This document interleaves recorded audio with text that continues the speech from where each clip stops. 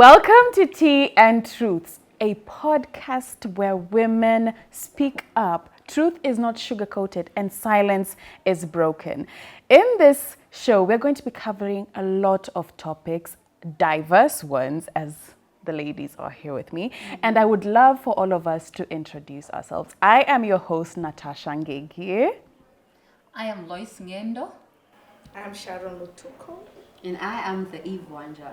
Beautiful, aren't they? Now, today we're going to be covering a topic that is a very, very sensitive one and is the biggest issue amongst women of all ages, which is gender-based violence. The society is always talking, and unfortunately, no one is listening or reaching out for help. I am here with women who have gone through gender-based violence, and I also have an activist who is out to seek justice for women with her beautiful show, Free Me. So please do stay tuned, because I feel like today you're about to be moved. You're about to get angry. Am I right, ladies? Yes. It is. Yeah, because hatuwezi sema experiences za kila mtu ni the same. Yes. Sharon, would you like to start us off? You've been a victim of gender-based violence, right? Share with us your story. So I think was tukianza kusema about GBV is the fact that most people wanajua for you to be a victim lazima ikue physical. Yeah, lazima kuna mtu maybe anakutandika, you get. Yeah. But from my side now, mine was emotional. Yeah, the fact that I was in marriage, definitely, and ukianza because utasita kitambo, okay, when you try to open up, and then you call like I think say anani abuse, and then the first thing to ulizwa is it beating you? It has to be physical for it to be abused. Like I think then uko sawa as long as akuchapi Uko sawa. Lakini sasa later on unakuja kuona all those pile ups. Yeah, maybe atakuja because mine was I'll say emotional, and then with abuse, what I'll say with the whole GBV vibe and everything, it's something that progresses. Yeah. Unaona haijaanza ataanza tu leo, that is going to just come home akutandike. Mostly inaanza na emotional abuse. Yeah. So I think with time tutaendelea tu. Okay, mimi niko na swali. When you say about emotional, ni like ghosting. Juu sasa unajua kuna watu wanaelewa ni kuchapwa, violence sasa ni kuchapwa. So hiyo ukisema emotional ni nini alikuwa anafanya, like ghosting, kukuongelesha vibaya? Yes, yangu ilikuwa especially the shouting and the control. Yeah. Ukianza marriage, Yes. you see, I think like in some something that progresses. Yes. So the first stages, when you love bombing, you're together, you're okay, definitely I was in the limelight. Yes. And hapo ilikuwa tu sawa. But now with time unakuja kupata akutaki around watu, anaanza kukuisolate. Yes. Sometimes you're always on the, not sometimes, I was always on the wrong. Yes. Unashika. So hakuna kitu nilikuwa nafanya ilikuwa right. And then because I remember when I left, okay, the rest, because I still have other kids, the first two. Yes. With the last one, because I know I left when I was pregnant, yeah. Yeah, so before I noticed, now what happened nilikuwa like, I apana. Yeah, the control was too much, the isolation, the yani by the time anamazana na wewe, self-esteem yako iko zero. Yes. Yeah, so oh gosh. Pole. yeah, Pole. but it was not ati kuniataka no, that one is no. And then this is the person who is supposed to be providing love to you. Na amekuwa kikushow love. So you definitely have positioned this person in your mind as whenever I think about love, I think about this person. Yeah. Whenever I think about safety, I think about this person. And then all of a sudden, ama imekuwa gradual. Kuna vile sasa anaanza kukufine tune pole pole, you know, like making sure that you're starting to see yourself in a different way, in a different line, because somehow you've trusted this person with yourself. So anything anasema and you somehow una think about it, whether it's true or not, but most of the times you think it's true. So akianza kukuabuse ama kukuambia vitu less about yourself, the way you behave, the way you dress, ulikuwa unajibebaje, ulikuwa unafanya nini, by the end of the day when it's repeated, it starts registering in your mind. So whether you know it or not, you are being abused emotionally. Your mental status is no longer the same, so you don't see yourself the same way. That's abuse. And for any of you, has it ever become physical? Oh, of course. For me, mine, it started so well because at first it was love. Love. Uni mtu alinijua when I was very young, and then he was working. Actually, I think mahali alikosea, ama mahali nilikosea for me, alinipata shule. Alinipata nikifanya a course there. So na sikuwa na do. So mtu nikampata akaanza kunilipia school fees. Mwaka ya kwanza, ya pili and everything. So nikamaliza, nikarudi Nairobi, and ameshanileta Nairobi. Now sasa hata sifanyi kazi, yeye ndo analilipia bills. Now from there things started going. Inaitangwa nini? Hivi. Like, this guy ananifanyia kila kitu, shopping, everything. And then, you know, na kila mtu anaona, my friends wanaona nafanywa shopping na 23,000, hizo maenzi, nalipiwa nyumba, na sifanyi kazi, napelekwa Naivasha, napelekwa sijui wapi. Akaanza sasa, ndio maana nasemanga, like, mtu akianza kukupoint hivi, mimi akianza kukuambia, ile siku atakwambia ati wewe like, just pointing, nilianza tu na hivyo, wewe takuchapa, wewe mara ya 3, sasa hiyo ni kuchapwa. So mine, for me, it was like vita every day, and you're fighting for nothing. Actually, you're fighting because hiyo yako emotion ilianza by the kukua like ghosting and everything, so inani affect. Unaninyamazia, you ghosted me, why? Sina hakuna reason ya ghost. And then alikuwa anaishi mbali, so yeye ndo alikuwa analipa bills. He always made sure rent ikikaribia anani ghost. So mimi niko zile kwa nini unaninyamazia every time, lazima tunge. So na unajua watu wenye abuse emotionally ama physically, when you try to bring a conversation ama to discuss something ama an issue, you never discuss, ana deflect, like every time akunanga kitu mnaongeanga. So for me, it piled up, zina pile. So the moment zinalipuka, now I'm the one to blame. You get? Hey, you reacting, overreacting, so vita ikaanza kuingililia hapo. Mali hata even for me, I started now even fighting. Mali hata tulikuwa tunapigana, sasa anasema hapana. And then, you know, he's huge, he's big. Na uwezi mgonga jua na kugonga, unashindwa kujidefend. So for me, akinirushia ngumi na hepa, natupa ile kitu kama ni kitu kama hii. Sasa yeye ni mfight na hizo. Hizo ama naenda nyuma yake na mkula like, oh gosh, it was na muuma maskio. And then, you know, when for me, hii time ya kufight, hii time yote ya kufight, every time we would fight with this guy, for me, haikuanga mimi. For real, it was not me. Like, it's like a demon, because you don't care. Unajua fight zinakujanga. Si unaonanga venye how people fight in clubs. Hasira. Like, hata mtaki kujua, you haukuangi wewe. For me, it's like a spirit, bad energy kinakuingia. Whoever, kama mnakuangamia whoever mwenye atakufa, mmoja aende kamiti, mwingine anaenda. Kwanza, I remember I used to tell him, umenizoea sana. Sasa wacha tupigane, mmoja aende kamiti, ule mwingine aende kwenye watu mortuary.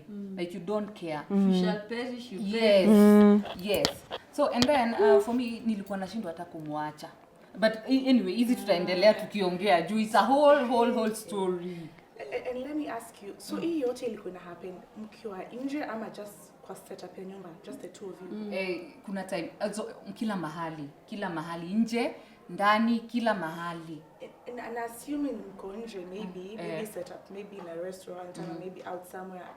After hiyo fight yote, bado unaenda naye nyumbani ama kila mtu anaenda kivyake ama how? I can explain.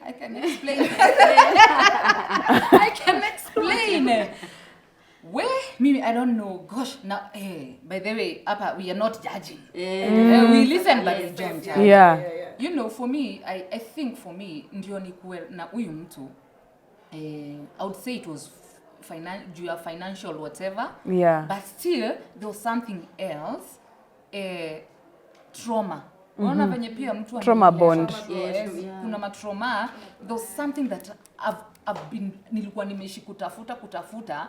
And every time I date a guy, I'm trying to look for this love yenye na krevia. And then, let me say, sijui kama no, I won't blame myself, but anyway, I won't blame myself.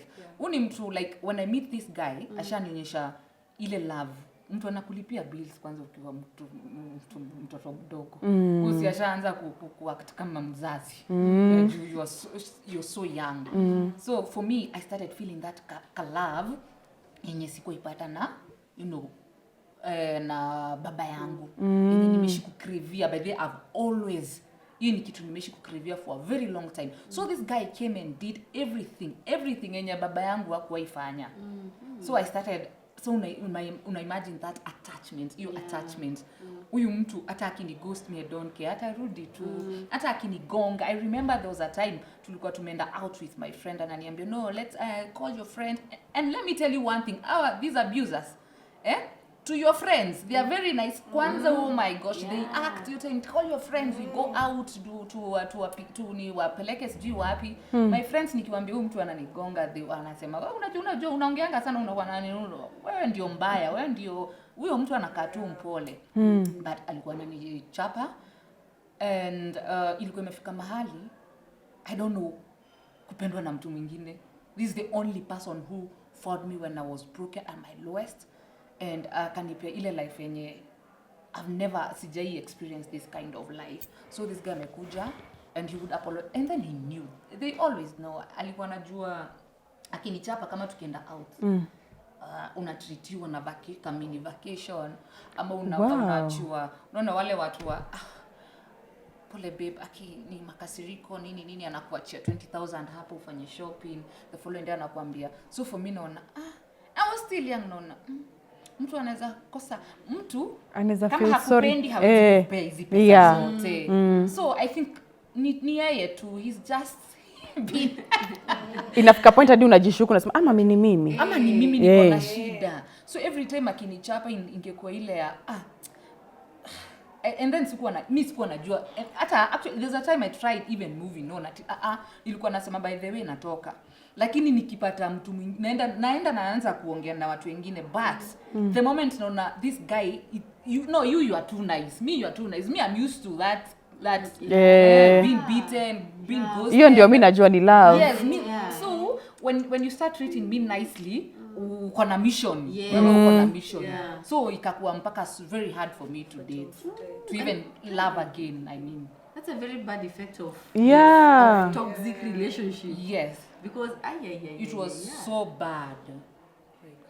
So I have a question. So after that, have you ever been in a soft in a relationship with someone who's with nicer? tenderness? And after how long? For me, it got worse. Nilihil. Wacha niseme nilihil because ilifika mahali I didn't feel nothing. I felt flat. So I was so bitter, nimeishi kukua bitter na huyu mtu alinichapa, alifanya vitu worse hata kunichapa. Hata mahali I couldn't even eat. It's like he's starving me.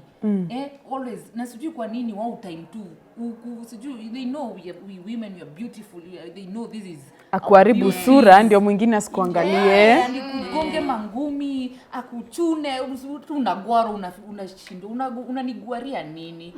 So, ilifika mahali, so I'm done. Na nikasema, nimeenda. Na hiyo by the way sikuwa iharakishwa juu ilifika mahali hata mabishto wangu wananiambia they got tired. Hata ilifika mahali now this kind of people they will ghost, they will make sure you and your friends kacha. Hata ni venye even your family ni venye tu hawana, hata kuna wengine wao wanafanya hata wana cut off pia family. But this one for me actually it's me nilikuwa naacha mabishto wangu. Do you know why? Because I know what I'm going through. I know I'm not happy. I'm crying. Kuna time I was asking myself, Lois, ukiketi chini hivi, ebu hesabu zile time umekuwa happy. I don't even remember being happy. It's just si unapewa tu pesa na hizo pesa hata zikusaidia.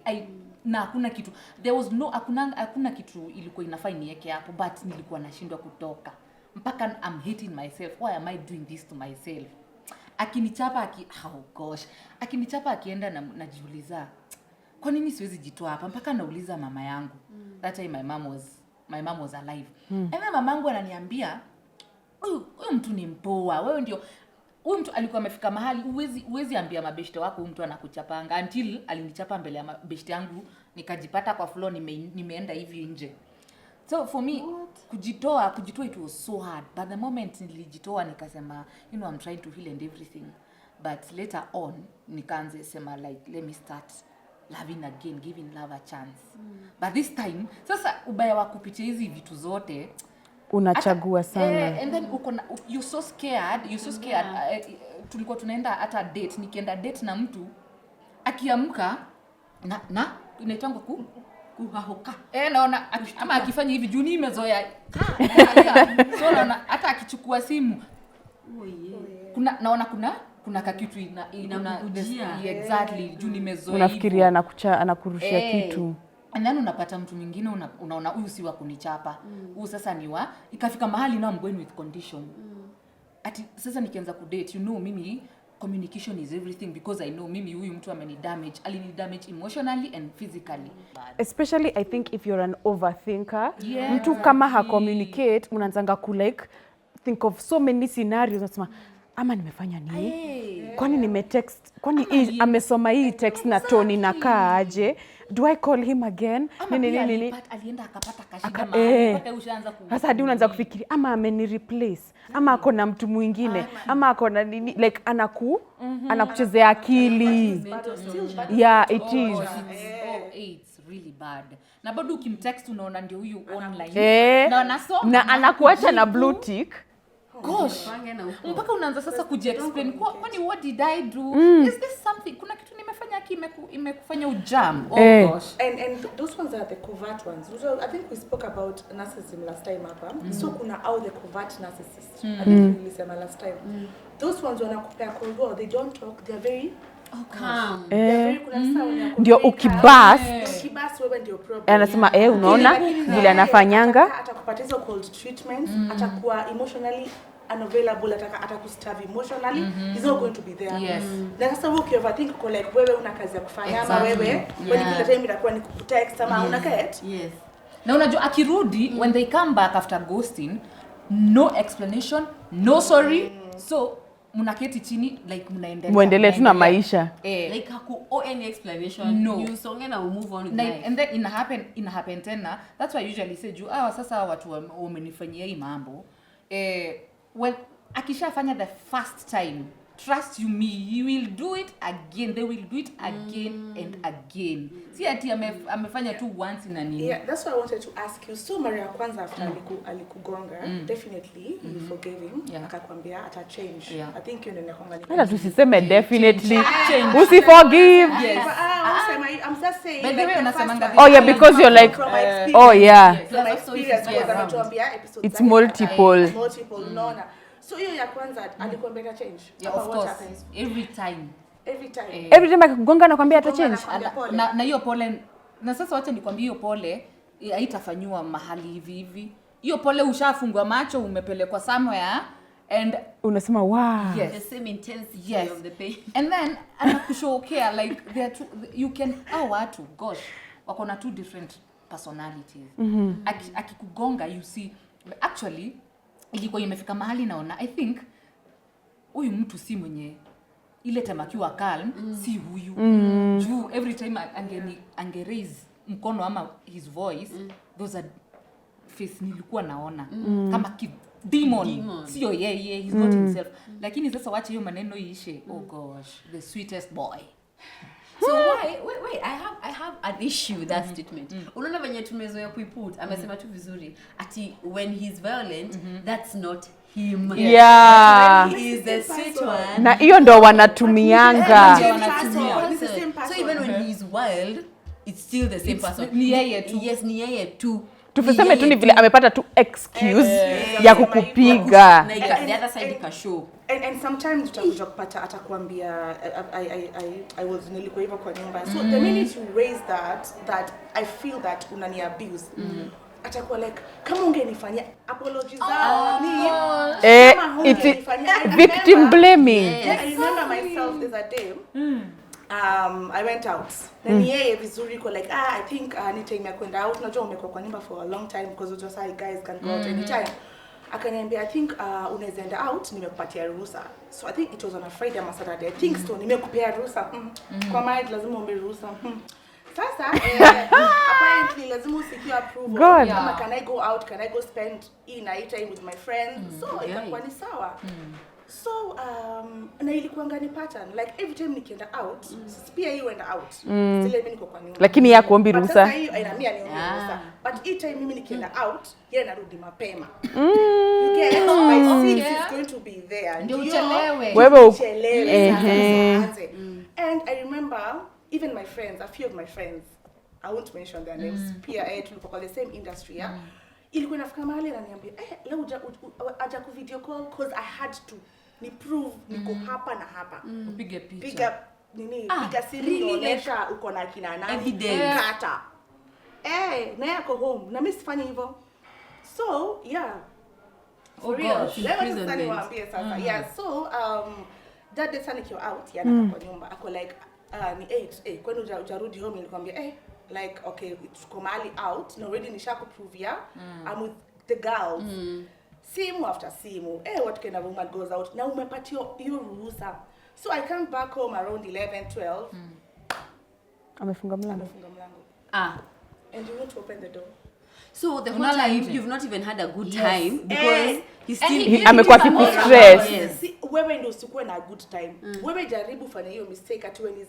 out with the boys ushinde umempigia simu wewe shida yako ni gani una chakula nini umekosa you get you have everything lakini sasa ikifika ni tani yako atafika mapema ndio ashinda mark time nani yako hapa nje mpaka saa hii haya unamwambia okay sawa ndio nimetoka intentionally as hivyo tu sasa umeshinda he's not time usingizi tu ni ile si ndio by the time unafika nyumbani umering bell no one I have a question because Sharon amesema kitu very interesting hapo amesema kwani huna food kwa nyumba do you guys feel like the abusers and not to justify they make it a reason a point to financially make sure that you are not succeeding like ukwe dependent on them like unataka food hata mimi nimekuwa na few instances mali namwambia like okay nimeitwa hii gig na hii gig I have to go ananiambia choose your job ama marry chagua moja na ukisipomchagua marry na ukachagua job ni hivyo hiyo time sababu ya job inakuanga ngumu ama hata wangu hata ukipata job anakuja anasema hataki bibi yangu hawezi hata alikuwa ananiita bibi na hiyo time hujakuwa hata bibi anakuja anasema anakupea title and the minute I would raise that I like mbona ulinifunga nje sasa lazima nitafute mali nitalala I'm telling you atafungua akoleka hata siku nasikia mlango na alikuwa nasikia and then it was so bad cause imagine niko nje wife unajua your lover assuming the mother of your kids huko tu umelala punishing her kwa sababu ya nini kwenda out ama have fun just being happy and he gave you permission nemo you're communicating your day the next time ukimuuliza nini anakuambia lakini kama ungechelewa singefanya hivyo kama ama unajua sometimes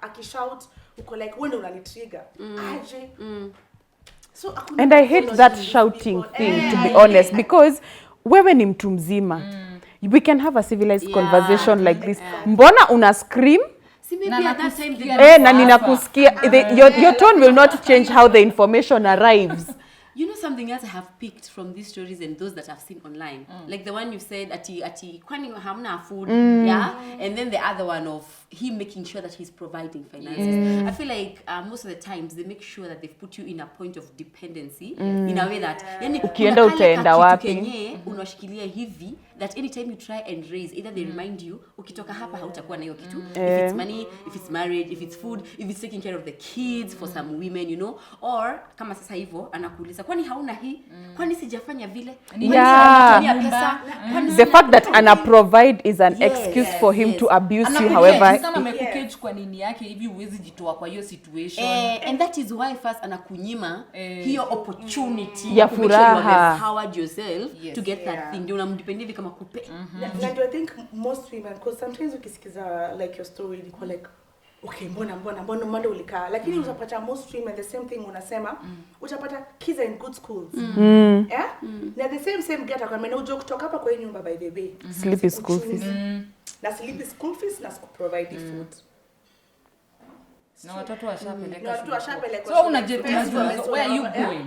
Ile ya US inaitangwa aje, ile ya kulipa child support act ya nani?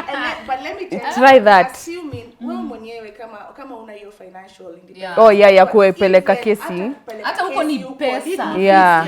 You need money. You need money. So you're not going to go anywhere. It's the audacity to physically and emotionally and even mentally abuse someone. And then when this person tries to get out of your hold, the first thing you think about is sitalipia watoto wenye mumepata na huyu mtu school fees.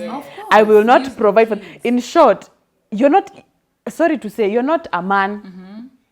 And so what they do, au blackmail. Wanakuambia ukitoka hapa hakuna mtu unataka kuangalia tena. Unaambia wewe vile unakaa hivi, mama sijui watoto watatu, watoto wawili, nani unaenda wapi? Nani atakupenda? And the same person anakuambia hivyo. It's the same person who go out there and still hit on a lady, a single lady, but a single mother with kids. Na ale vizuri. Na wale atawasaidia. Na waite my kids. Na waite my kids. Oh my gosh. And I tend to feel like peer society ndio to fail. Because hata ukisema unataka kurudi home, unaambiwa nini? Wewe burudi, rudi umekosa nini? Unapewa food. Rent inalipwa. Nguo, watoto wanasoma. What is your problem? Na uchapwi. Sasa kama yako ni na uchapwi, what's your problem? And sometimes pia unasikia, because definitely remember this abuser ashakusema mpaka home. Leo ni kichwa ngumu, maybe yangu ilikuwa anakuja asubuhi aje na 11, but anyway una get. So ukienda bado home unaambiwa nini? Uzo mwanamke afai kwa mwanamke hata marriage yangu. Hata mimi na baba yako unaona venye tumevumilia. Unaambia mwanamke unafanya nini nje? Why going out and your mind? So inafaa kuwa wewe watoto na yeye. The same thing umesema, the isolation. Some people are from this abusive, have been raised in these abusive relationships, right? Like say with my experience, it was more of I saw it from a kid's perspective. Na ni mimi, hadi I tell my mom, I regret asking for my dad to come back. Na ni juu nilikuwa under the influence of naona hizi shows za US. Man, what family ni mama, baba, mtoto, you know, dog, munaishi poa. Mimi nikafikiria wow, hii ni family. Alafu sasa mnasoma kuhusu nuclear family, extended family, angandiwe what. You're like, kwani what is up with my family? Haya, cut to me naangalia my aunties. At that time I was like, oh, my aunties, maybe their husbands have passed. They're not here out of sheer choice. Until mamangu akasema, okay, sawa basi wacha tu akuje akae. My mom she's never even said anything negative. She was like, oh, okay, sawa basi jumtoi ameitisha. Okay, so we just try to create this family this kid wants. Alijionyesha ye mwenyewe. Every time it used to be like, and my mom is the breadwinner. Inafika point, she's the one paying the rent, the school fees, and she's the one with the car. Uwezi ishi kwa amani. Hakuna kitu imenunuliwa kwa hiyo nyumba. Ni yeye amenunua. My mom is the one who's buying everything. But ikifika ati mnaenda hadi kuona TV, mkienda kuona Kwando Sesimia hiyo saa 8, you're like, wow, it's our show. Ana switch TV station anaweka kwingine. Anasema yeye anataka kuona wrestling. Enda uchange uone. This one time I went and tried to change. I was like, let's just watch for today.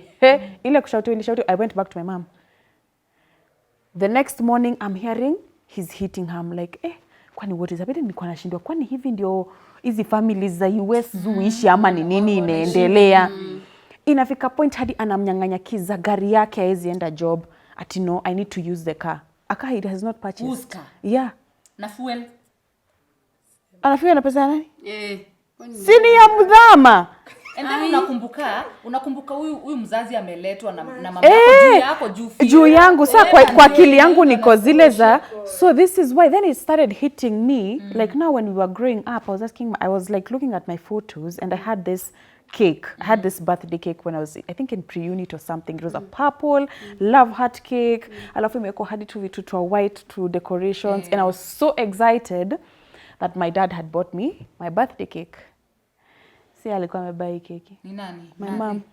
So my mom had been taking credit, has been giving credit to him when he's not providing, he's not doing anything, he's not creating a relationship. So nilikuwa naambia my nini, when I was going back and I'm like, my mom tolerated too much. And she did this because, mtoi ameitisha. She didn't have to go back to this abusive relationship because already ashajua. I was around my grandparents. I had very loving aunties and uncles. But my mom akasema, let me sacrifice and try to make this work for this kid. When I tell you, siku moja kiliwaka, akafukuza my mom out of the house she's paying rent for. Mind you, yeye ndo amekuja. Right? So ikafika point, imefika hadi polisi wamekam nini. So I don't know if you guys know zile nyumba za kitambo zikuanga na kabalkoni hapa kabla muingie main door, ndo mfungue main door. Penye mnaweka tu viatu ndio sasa mfungue. So the cops are there, he's yelling. Mimi huyo nikaenda nikapitia backyard. Miguu tupu, I said, niliambia mama, never ever again. I want him gone. Ever since then, sijaiona a peace of mind. And I feel like my mom has gone through a lot of abuse, and she's never, not once, badmouthed my dad. Yes. She has never. She's a wise woman. She has never said anything wrong. Inafikanga hata point, tunakosana, ananiambia, no, Natasha, that's your dad. That is, kwanza hata mujam. Ananiambia, no, that's your dad. Please maintain that relationship. But then I'm like, he has nothing nice to say when he's the abuser. So mimi nashinda si hata ukasirike uongee mbaya. Like kuwa kama yeye. She went through so much abuse. And yeye akaheal too. Akasema, you know what, I'm not gonna give you a chance to control the narrative. You can atajiprove tu ye mwenye, because most people who like are abusive and they see other people thriving, they're just awapendi ati una thrive bila mimi aje. How? So they always want to have something negative to say about you. Where my mom just was like, you know what, where life is, you being a statement in my words is not building me, it's not bringing any income. So by all means, with lack of a better word, at that time, seeing is believing, and as kids you never forget. You never forget. Mimi hata ukanipeleka kwa hiyo nyumba naweza kuonesha ni exactly wapi. Abuse is at its peak. Like the abuse is at peak. Ukiwa na ball, when you're pregnant, and when you're postpartum. And the comment section were crazy. Ladies were like, yeah, it's true. Because apparently, so when you're pregnant, not the ladies who have been pregnant, correct me please. So when you're pregnant, you need your partner for emotional support, physical and financial also. You also need them for your mental support, right? So you're dependent on this person that you're having a child with. So yeye anaona, mimi ndio ecosystem yako. Mimi kwa hivyo neza kuabuse vile. Saizi nikitaka kukuruin kabisa. This is the time. This, and after umepata mtoi, first of all, ukishapata mtoi, you have postpartum depression. So you're not yourself, you're not confident, you're not everything, that you're not what you used to be before the pregnancy and everything. So now they're like, you know what? Sasa si nilikumaliza before. Vile ulikuwa na ball. Sasa wacha nifanye hivi. Sasa uko na hii postpartum, now let me finish you properly. Let me now, this is a corpse. I'm about to incinerate you. Hakuna kitu tabaki hata hizo ashes. Oh gosh. So in the comment section, there was this lady who was saying she got her baby and she hata stitches zake hazikuwa zimeheal, right? Amekaa 3 months. The mom is coming to help her, anakuja anasaidiwa maybe like once a week hivi nini, wanakuja wanamuona anamsaidia na vitu nini. Guess what this guy did? In those 6 months while she was healing, this man was repeatedly raping her. What? Aja heal. Akona mtoi. She has wounds. Inafika point hadi stitches zake zinafunguka. She has to go back to hospital. Hey.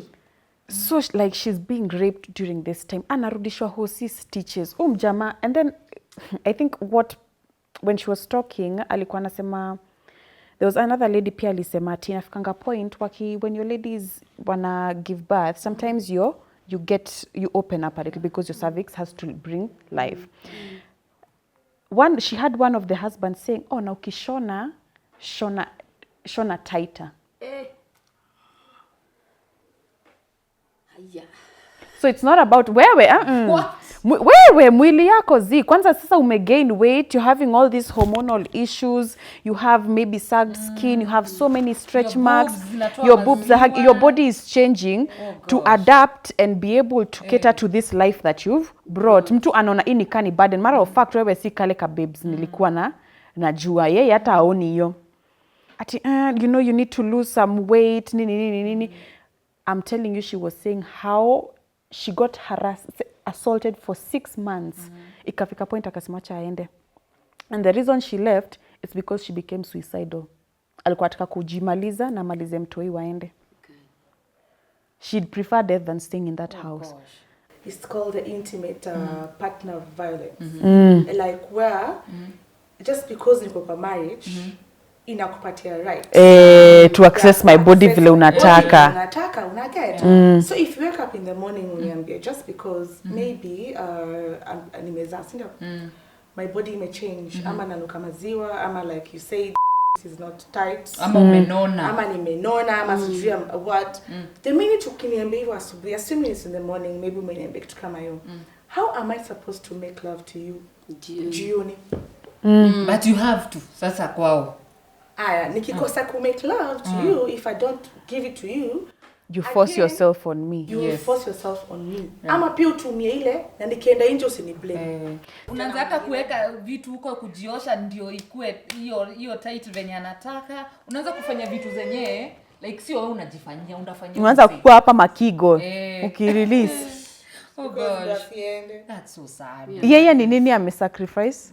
Nothing. And also to add to that, let us not forget that there are men out there who are also going through GBV. Like unapata sasa yeye, he's not the toxic one in the relationship. Victim hapo. In one way or another. Na unasikianga hata ushago, unasikia si hata baba nani anachapangwa na nani mamake ama bibi yake. Like it's alafu ni kama for men when they are on the receiving end, it's demeaning. Yes. You know, like for a man inakwanga hivi si ndio tunafaa tukue, you know, ni kama ni yes, but for the man it's like ni demeaning. Alafu inafika point unapata like for income houses where the woman is making money, unapata like maybe chali amefutwa job ama something has come up and they're not financially okay. Inafika point because sisi tumeoneshwa a man is supposed to provide. At this point this guy is not providing. Unadu nini hapa? Naweza kuonesha mtu dem anakuonesha madharau vile anajisikia, which is genuinely not right. Heshima inafaa idumu both sides. And now we're going to go for a short commercial break, but when we come back, a beautiful lady is going to be gracing our presence. She is a gender-based violence survivor and she's an activist, and how she tells her story is very unique and informative. And remember, she's also seeking justice for women and men who have also been victims of gender-based violence. See you in a few.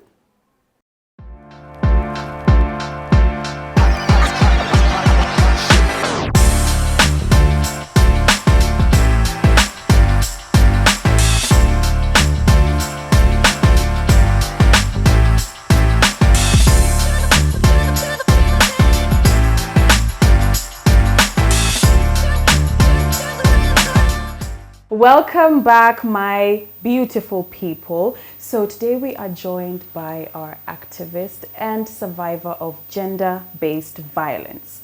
Now, for me, this is a very dear conversation because this is a woman who has been there when I was growing up. We've worked together. You guys have seen her on TV.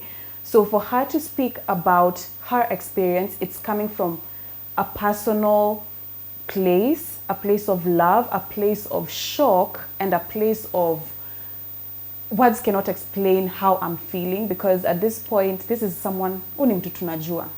So for her to share her story and be vulnerable with us,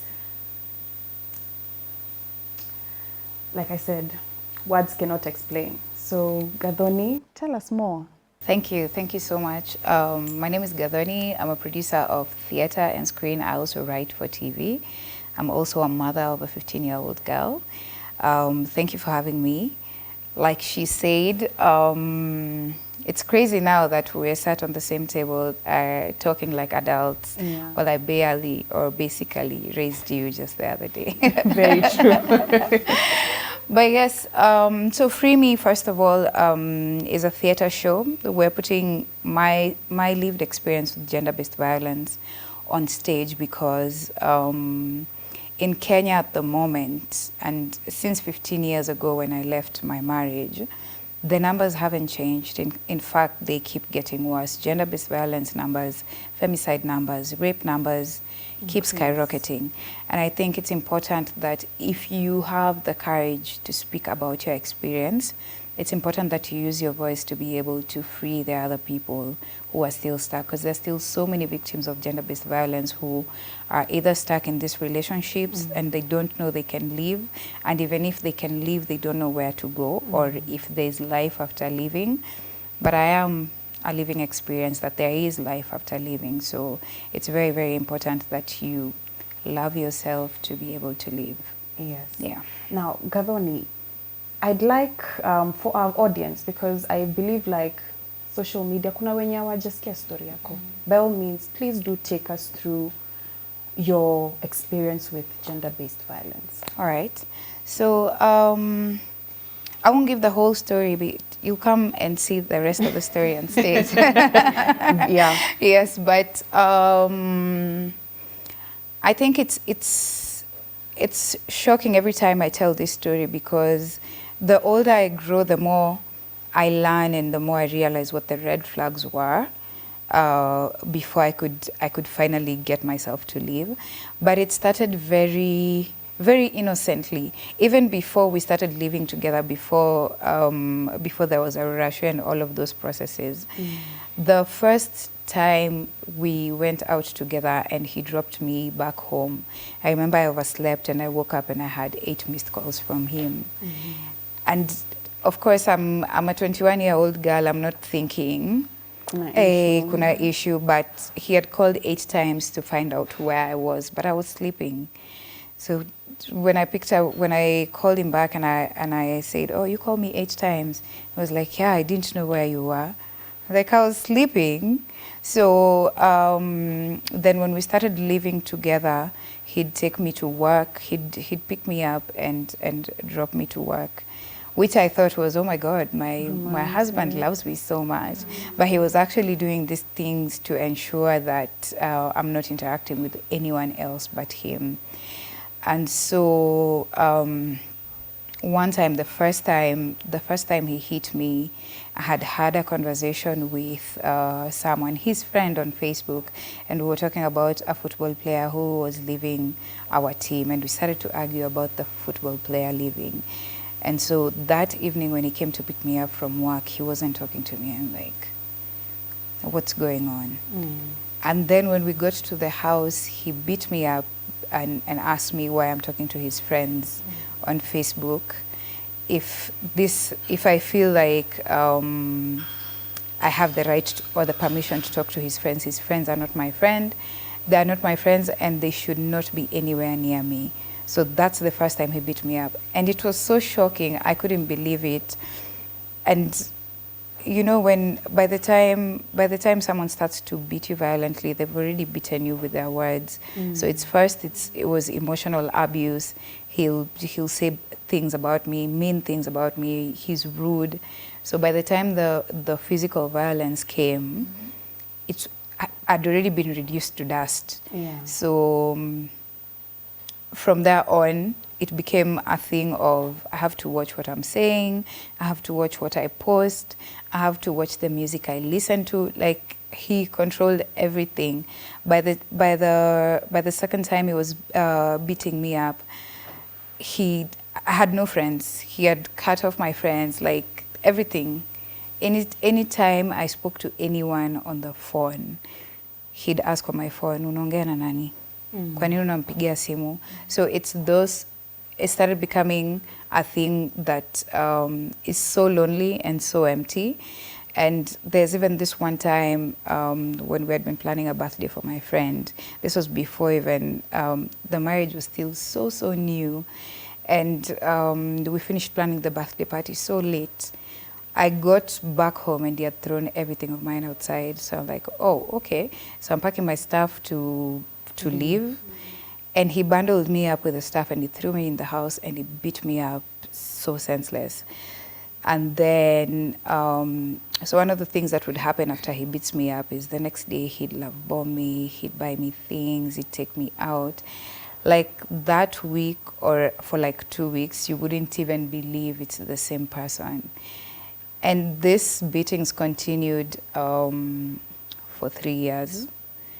At some point, I remember when I got pregnant and I was working in an office for an insurance company. And one time he had come to pick me up with his friend and his friend asked, oh, Gathoni, I heard you're pregnant. How do you feel about it?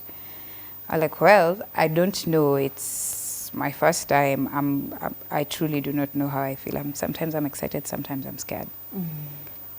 So you'd imagine that because that's a very normal, common conversation and reaction. And we got home and he was so upset and he beat me up for saying, I don't know how I feel about being pregnant with this child. What? Yeah. So and it just kept escalating and escalating until one time that was really bad and I knew it was the last time I was taking the beating. My baby was just 3 months old. I'd just given birth. And it felt like when I look back, the flashes of memory that I have from that night felt like the way people are beaten at like when a thief is being beaten kwa barabara, mob justice. It felt like I was part of a mob justice and I was just being beaten by one person. But after that night, I knew it was time to leave. Yeah. And that's when I made the decision. I started looking for a job. I called home and I moved back home. Yeah. Wow. Yeah. Why did you stay? Yeah, a lot of people ask that question, and I know a lot of people ask that question from a place of not knowing, but by the time abuse is getting to physical, it starts with emotional abuse. So there's a lot of running your self-esteem down, making you feel small, making you feel useless unless you're attached to him. So by the time the beating comes, you're already so used to the verbal abuse that the physical is, well, it shocks you. You almost feel like different. It was coming. Yeah. So, and the answer to why didn't you leave is your abuser and abusers most of the times will make you think that you're nothing without them. So in the process of the verbal abuse, that's how they start to take. It's just like a child, when you're raising a child and you start to tell them, when mjinga, you're so useless. Those are the things they grow up thinking and believing because that's the only information they're being fed. And it's the same thing. So by the time they're abusing you, you don't think your life can continue without them. So you don't want to leave. Before you left, did you try leaving like once? Once. I'm going. Kuna once nilitoka and as soon as I got home, pia yakafika na akanichukua tukarudi. Yeah. After kukupiga, anaenda kwenu kwa wazazi? Alafu hakukuwa na mtu. So alikuja akanipata tu ndio nimefika hivi, sema wewe ingia kwa gari turudi. Tukaingia kwa gari tukarudi. Hakuna wazazi. Wazazi hawako. Yeah. Na ukikataa sasa univita.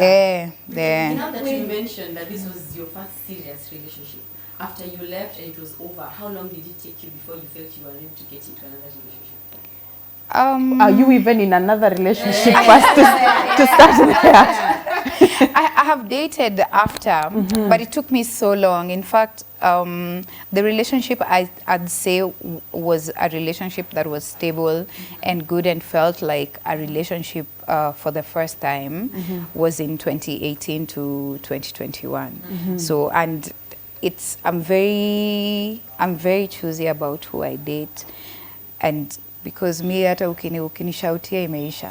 I don't care how much I like especially you. with your previous experience, you have to be very picky. Any red flag or any chance of feeling or seeing abuse, whether verbal, It hasn't gotten physical anywhere, but any drops of control or verbal abuse, I don't discuss it. It's Now, I'm done. I'm out. I do have a question I don't for you, get scared Gathoni. actually. Yeah. You have a daughter, and I happen to know Milan. We've worked, ako ni kasichana tumelea basically. You've been talking about your experience and been very vocal to educating other women and making it known that, yes, I went through this, even as a public figure. How is Milan taking this whole process of you opening up and getting to know this other side of? So she's taking it well, the long and short of it. But there has been conversations about it because this is not an easy conversation to have. That's her dad, whether I like it or not. That's her dad, and that's not something she can change. But she has expressed how grateful she is that I left, because she would not understand if I stayed with a violent person just so she could be around her father or just so we could be a family.